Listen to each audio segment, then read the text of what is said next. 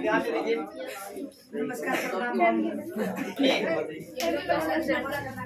नमस्कार साथियों, मैं विकेश कुमार आप सभी को स्टार्ट साइंस क्लास में तहे दिल से स्वागत करता हूँ। और आज हम देखने वाले हैं आपका है क्या मलेरिया के बारे में। मलेरिया कैसे होता है, आप इसके लिए रोकथाम के लिए क्या करेंगे।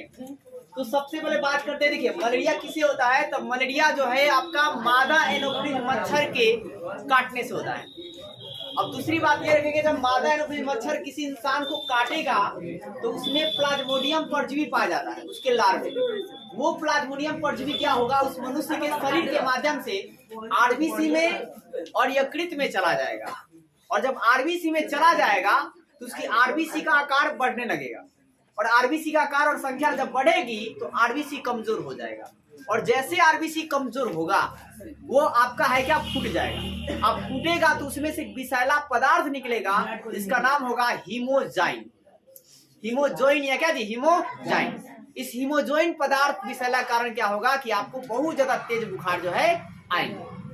तो मैंने आपको क्या बताया कि मलेरिया जो है किसे होता है। तो मलेरिया जो है मादा एनोफिलिस मच्छर के काटने से होता है। अब बात करते हैं कि ये मलेरिया में मतलब कौन सा जीवाणु उत्पन्न करता है। जो मादा एनोफिलिस मच्छर जो है तो ये प्लाज्मोडियम परजीवी को उत्पन्न करता है। जो आपके शरीर में जब काटेगा ना उसका लार्वा जो जाएगा तो वहां पर आपका है क्या कि प्लाज्मोडियम परजीवी बहुत ज्यादा बढ़ने लगेंगे। इससे आपको क्या होगा, सिर दर्द होगी, ठीक है।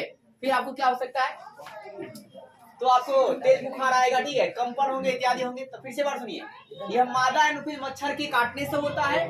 और जब यह मच्छर किसी मनुष्य को काटता है तो मनुष्य के आरबीसी में और यकृत में प्लाज्मोडियम परजीवी चला जाता है। फिर क्या होता है भाई साहब कि आरबीसी क्या था जी, ध्यान दीजिए। आरबीसी में क्या होगा, वृद्धि। और जब वृद्धि होगा तो आरबीसी क्या हो जाएगा, कमजोर। और कमजोर होगा तो आरबीसी क्या हो जाएगी, फट जाएगी। और फटने के बाद हीमोजोइन विषैला पदार्थ उसमें से निकलेगा। इसी विषैला पदार्थ जब शरीर में फैल जाएगा तो आपको क्या हो जाएगा जी, तेज बुखार आ जाएगा, जो मलेरिया का लक्षण हो जाएगा, ठीक है। तेज बुखार आएगा, कंपन आएगा, सिर दर्द आएगा। एक और बात याद रखेंगे आप कि मलेरिया उत्पन्न करने वाला मच्छर कैसे पानी में रहता है, गंदा पानी में रहता है। एक और बात, डेंगू उत्पन्न करने वाला मच्छर कहाँ रहेगा, गंदा पानी में। मलेरिया मतलब मल, मल मतलब गंदा। ऐसे आप टिक आ सकते हैं, तो कंफ्यूजन होता है कि गंदा पानी में कौन रहता है और साफ पानी में कौन रहता है। तो डेंगू जो है साफ पानी में रहता है, डेंगू का जी साफ पानी में। अब मलेरिया में मल वर्ड है, क्या है, मल। तो मल का मतलब ही क्या होता है, गंदा होता है। कहता जी गंदा, मतलब यहाँ से लिंक लगा सकते हैं कि मलेरिया जो है गंदे पानी में रहता है। और किसके काटने से होता है, मादा एनोफिलिस मच्छर काटने से होता है। कौन सा परजीवी है, तो प्लाज्मोडियम परजीवी है। कहाँ इफेक्ट कर रहा है, आरबीसी और यकृत में। आरबीसी की संख्या को क्या कर रहा है, आकार को क्या कर रहा है, बढ़ा दे रहा है। वो क्या हो रहा है, फूट जा रहा है, फूट रहा है तो विषैला पदार्थ निकल रहा है, उसका नाम क्या है, हीमोजोइन। मतलब क्वांटिटेटिव दृष्टि से देखिएगा तो अभी तक 4 सवाल है। पहला कि मलेरिया किसे होगा, तो मादा एनोफिलिस मच्छर काटने से। दूसरा सवाल कौन सा परजीवी होता है, प्लाज्मोडियम। तीसरा सवाल मलेरिया उत्पन्न करने वाला मच्छर कहाँ उत्पन्न होता है, गंदे पानी में, तो गंदे पानी में। चौथा सवाल आपका ये हो गया कि मलेरिया का लक्षण क्या है, तो भाई साहब तेज बुखार, क्या जी, तेज बुखार, वो भी कंपन वगैरह के साथ। पांचवा सवाल आपका ये है कि जब मलेरिया होती है तो उसमें से जो विषैला पदार्थ, तेज बुखार किस विषैला पदार्थ का होता है, तो हीमोजोइन। अब है क्या कि इसके नियंत्रण के लिए आप क्या करेंगे। तो सबसे पहले बात करते हैं नियंत्रण के लिए। तो मलेरिया से पीड़ित व्यक्ति को कुनैन दिया जाता है, क्या देता जी, कुनैन दिया जाता है। अब दूसरा सवाल ये पूछा जाएगा आपसे बार बार कि कुनैन पदार्थ जो है वो कहाँ से मिलता है, तो सिनकोना की छाल से प्राप्त होता है। सिनकोना एक पेड़ का नाम है और उस पेड़ का जो छाल है उसी छाल से कुनैन को तैयार किया जाता है और इसे औषधि के रूप में आपके लोगों को दिया जाएगा जिसको मलेरिया हुआ रहेगा। धन्यवाद।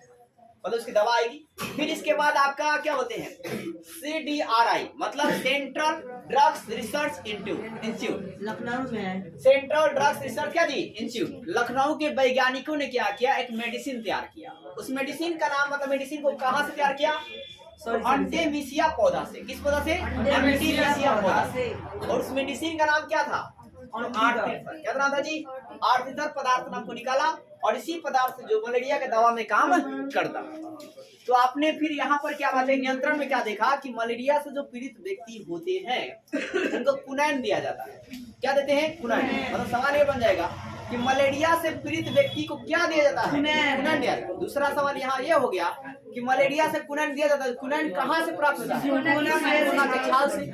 फिर आपसे ये पूछा, भारत में लखनऊ के जो वैज्ञानिकों की टीम है उसने कौन सी दवा मतलब क्या बनाया है? तो आर्टितर पदार्थ बनाया जी, आर्टितर, जो मलेरिया के दवा के रूप में काम करता है।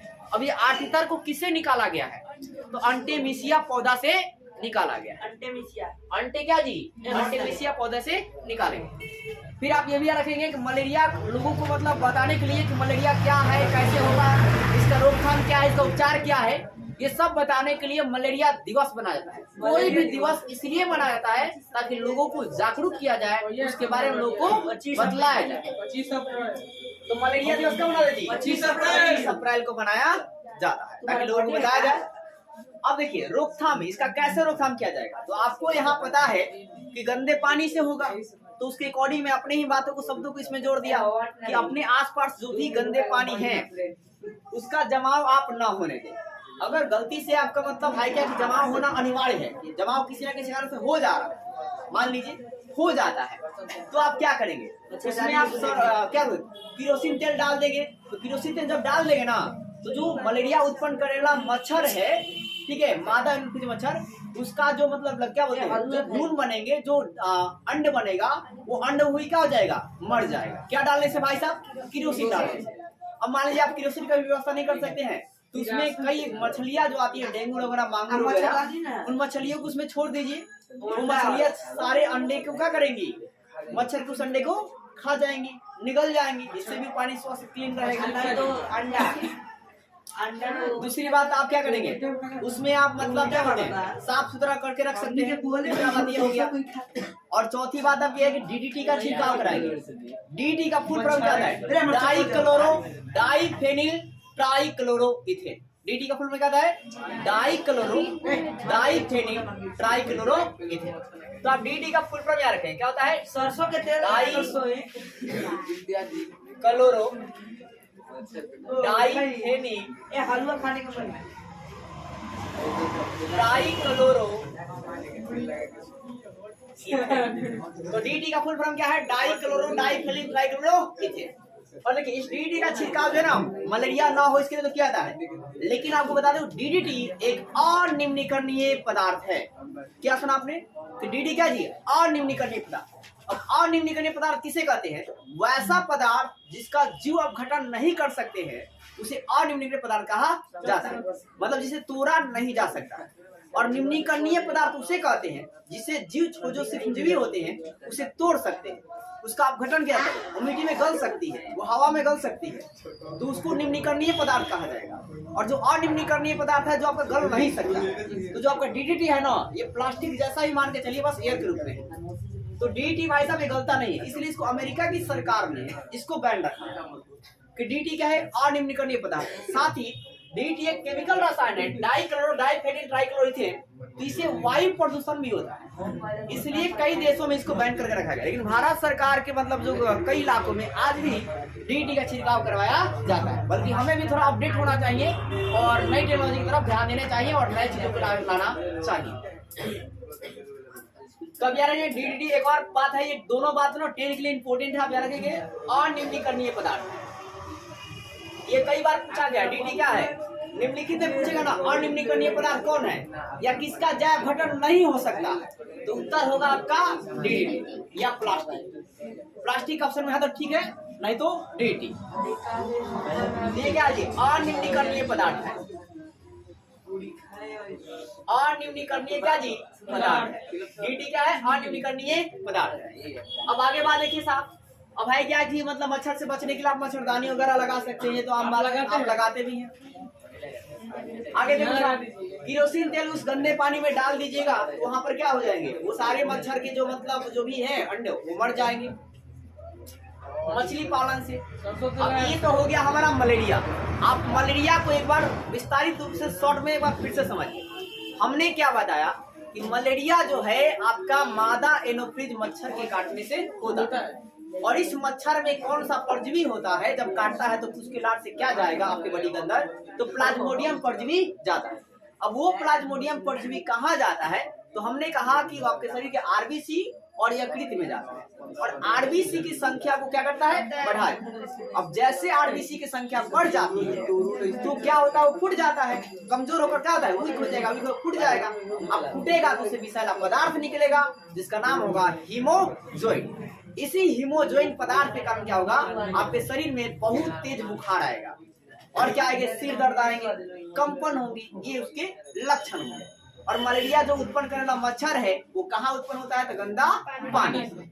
फिर हमने आपको बताया कि मलेरिया को आपका है क्या कि इसका नियंत्रण कैसे पाया जाएगा। तो मलेरिया से जो भी इंसान पीड़ित है उसे कुनैन दिया जाता है, उसे क्या देते हैं, कुनैन। और कुनैन कहाँ से प्राप्त होता है, तो सिंकोना के साल से प्राप्त होता है। फिर हमने बताया कि लखनऊ के वैज्ञानिकों की टीम है जिसका नाम क्या है जी, CDRI, मतलब सेंट्रल ड्रग्स रिसर्च और क्या जी, इंस्टीट्यूट। इसने एक औषधि तैयार किया है जिसका नाम है आर्थिनर। क्या जी, आर्थिनर। ये किस पौधा से इसको निकाला है, दूसरा जी अंटेमिसिया से निकाला। फिर हमने बताया इसका रोकथाम क्या है, तो रोकथाम भाई साहब ये है कि आप मच्छरदानी में सोइए, आपको मच्छर नहीं काटेगा। दूसरी बात, आप DT का छिड़काव करवा लीजिए, ठीक है, वहां भी होगा। लेकिन DT में हमने बताया कि DT में हमें हानियां है, उसे वायु प्रदूषण होगा। और DT क्या जी, अनिम्नकरणीय पदार्थ है, इसका अपघटन नहीं हो सकता है, तो ये भी हमारे लिए डेंजर है, इसका इस्तेमाल नहीं करना चाहिए। इसके अलावा आप सरसों का तेल लगाकर सोएंगे तो भी आपको क्या होगा जी भाई साहब, मच्छर वो नहीं काटेगा जो मादा मच्छर है। फिर इसके अलावा जहाँ गड्ढे वड्ढे पानी है उसे गड्ढे पानी में गंदे पानी को मत होने दीजिए, हमेशा उसे निकालते रहिए बार बार। अगर पानी आप नहीं निकाल पाते हैं तो उसमें केरोसिन तेल डाल दीजिए ताकि मच्छर के जो अंड है वो क्या हो जाए, डेथ कर जाए। अब हम जाते हैं पल्स पोलियो प्रोग्राम, मतलब पल्स पोलियो प्रोग्राम मतलब कार्यक्रम, ठीक है। तो इस पल्स पोलियो का प्रोग्राम का जो शुरू किया गया है, देखिए जब सबसे पहले क्या हुआ कि पोलियो बीमारी जो है ना, जब पहले लोगों को होता था तो पोलियो से लाखों बच्चे मारे जाते थे। अब पूरा आपका भारत में हड़कंप मच गया। तो भाई साहब इतने जो जन्म दर है ना, जो मृत्यु दर है वो इतना ज्यादा क्यों हो रहा है, बच्चों का खासकर। तो इस पर सरकार ने एक ब्यौरा निकाला, 1 साल का, कि शिशुओं का जन्म मतलब जन्म कितना हुआ, मृत्यु कितना हुआ, किस बीमारी से हुआ, ये सारा डाटा लिखाता है, ठीक है। उसके बाद ये डाटा जो है लोगों के पास पेश की जाती है कि हमारे देश में इतना लोगों के जन्म हुआ, इतने लोग मरे, इतने लोग ये फलना निकला, ये सारी कहानियां होती है। जब ज्योग्राफी पढ़ेंगे तब आपको ज्योग्राफी में आपको ये सारी बातें में मिलेंगी। तो यहाँ पर आपका है क्या कि इस पोलियो प्रोग्राम को कब लाया गया, तो 2 अक्टूबर 1945 में इस प्रोग्राम को शुरू किया। 2 अक्टूबर 1995। अब है क्या, इस देखिए पोलियो बीमारी होता है तो इंसान को क्या होगा, जो भी मांसपेशियां है वो काम नहीं करेगी। दूसरा, तंत्रिका तंत्र क्या होगा जी, प्रभावित होगा। और हमने तंत्रिका तंत्र के बारे में आप मतलब नहीं जानते हो, सुन लीजिएगा। तंत्रिका तंत्र जो है इसको इंग्लिश में बोलते हैं नर्वस सिस्टम, और ये नर्वस हुआ तो सच में इंसान नर्वस आ जाएगा। तो पोलियो जिसको मारता है ना वो आदमी नर्वस आ जाता है, उसका दिमाग ही काम नहीं करता है, क्योंकि नर्वस सिस्टम भाई साहब ब्रेन से कनेक्शन है। जो भी मैं बोल रहा आप सुनकर आप उसको उत्तरदायी देते हैं, मतलब जवाब देते हैं। तो ये तंत्रिका तंत्र जो आपके मतलब न्यूट्रॉन से जो डेंड्राइट्स है ये उद्दीपनों को ग्रहण करते हैं और फिर मस्तिष्क तक पहुंचाता है। कौन पहुंचाने का काम कर रहा है, तंत्रिका तंत्र। तंत्रिका तंत्र की कुछ जो पार्ट्स है वो पहुंचाते हैं, और तब जाकर ये जो आप मस्तिष्क है, आप जो मैं बात बोल रहा हूँ आप उसका उत्तरदायी होते हैं, मतलब उसका उत्तर देते हैं। तो जब आपका नर्वस सिस्टम ही खराब हो जाएगा तो समझ रहे हैं इंसान आपका मतलब काम का आदमी अब नहीं है। अब देखिए बात करते हैं, पोलियो का टीका चलाया गया। अब पोलियो का टीका जो ना मुख से दिया जाता है, टीका मतलब वैक्सीन से, खासकर ये मतलब माइंडसेट में चलती है, लेकिन कई टीका जो है मुख से भी दिए जाते हैं, ठीक है, बूंद के रूप में दिए जाते हैं। तो अब ये पोलियो के टीका को कहाँ से दिया जी, मुख से दिए जाते हैं। कितने साल के बच्चा को, 5 साल के बच्चा को दिया जाता है, जिंदगी। और एक और बात, भारत में पोलियो मुक्त प्रमाण मिला किसके द्वारा भाई साहब, WHO के द्वारा। WHO का मतलब क्या होता है, वर्ल्ड हेल्थ ऑर्गेनाइजेशन, विश्व स्वास्थ्य संगठन। इसने कहा 27 मार्च 2014 को भारत में पोलियो मुक्त प्रमाण दिया गया। बोला कि अब पोलियो जो है बहुत ही कम हुए, न के बराबर। और इस बार 2023 में ना जानते हैं 95%, 100% में से 95% पोलियो बच्चे को पिलाने का लक्ष्य निर्धारित सरकार ने उम्मीद करता हूँ वीडियो अच्छी लगी, वीडियो को लाइक कीजिए और चैनल सब्सक्राइब कीजिए, ज्यादा शेयर कीजिए। तो हम मिलेंगे कल के वीडियो में, और कल हम पढ़ेंगे टीबी रोग क्या है, और उसके बाद हम जानेंगे आपका एड्स के बारे में।